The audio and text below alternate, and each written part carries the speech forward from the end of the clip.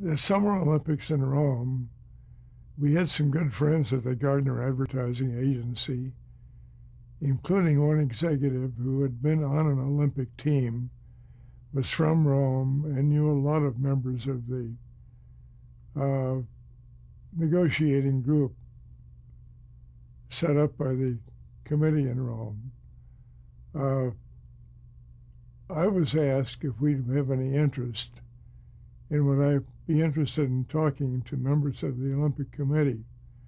I was going to be in Paris in May 1959, and told the Gardner people that I would be there.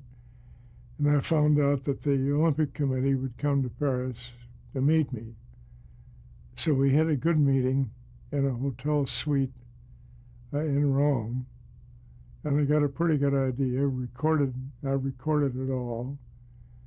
And when we got home, I wasn't quite sure yet that we could do it, but it looked fairly good because it was the last 2 weeks in August, which at that time in television history were the real dark days of television.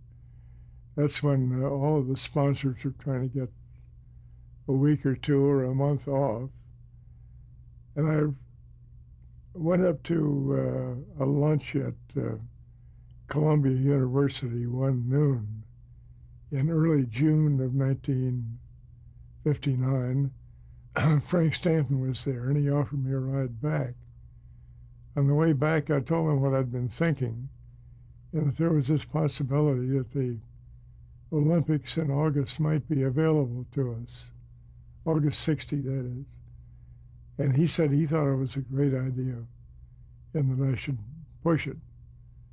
So I went ahead and pushed, and I finally went back to Rome in October 1959 and signed the contract and negotiated the prices and so forth, and came back. We were all set to sell it. So that was it. Did you have any competition? Were the other networks competing for this?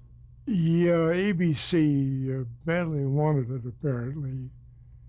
And ABC sent a man to Rome after we had signed, and he hung around the U.S. Embassy and called from there and tried to talk the Roman people into changing their minds. But they were firm, so we had it. The Winter Olympics are quite different. ABC had early signed a commitment for the Squaw Valley Olympics in California in January 1960. We had a man named Tex Schramm, who later went to become the head executive at the Dallas Cowboys. Tex wanted to do it, and I encouraged him to go ahead. But in the meantime, ABC had made a commitment, so it looked as if we were locked out. In the summer of 1959, we were working with IBM getting ready for the election in the summer of 1960. And they were building the hardware for our coverage at San Jose. So we scheduled a meeting in San Jose. IBM had been setting up all the timing facilities for the Olympics.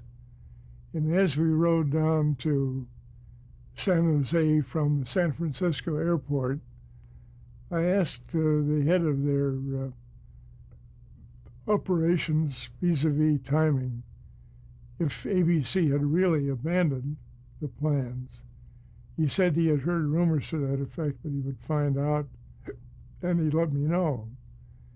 Well, the next morning we were finished in San Jose, starting back up to San Francisco to the airport, and he said, it is true, ABC is backed out. I have bought transportation to Squaw Valley.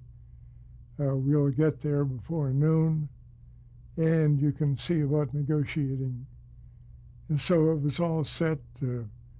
Went to the San Francisco airport, flew over to Nevada, doubled back by car.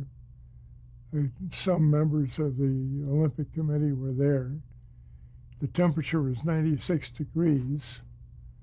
They took us to the top of one of the ski runs in 96-degree temperature, and it was awfully difficult to imagine that there'd be Winter Olympics here in a matter of 6 months. But they were quite willing to talk business. We even talked a price and agreed on the price for the rights, $50,000, I think it was, for the whole thing. And so I went back to New York and pointed out that we had them. Now, Jim Aubrey, the head of the television network, didn't really feel that somebody negotiating on behalf of the news division had done an effective job, so he started the negotiations all over. And, thought he might get a better price, but it wound up at our price. So we started preparing to cover almost immediately. And I was very pleased with the results.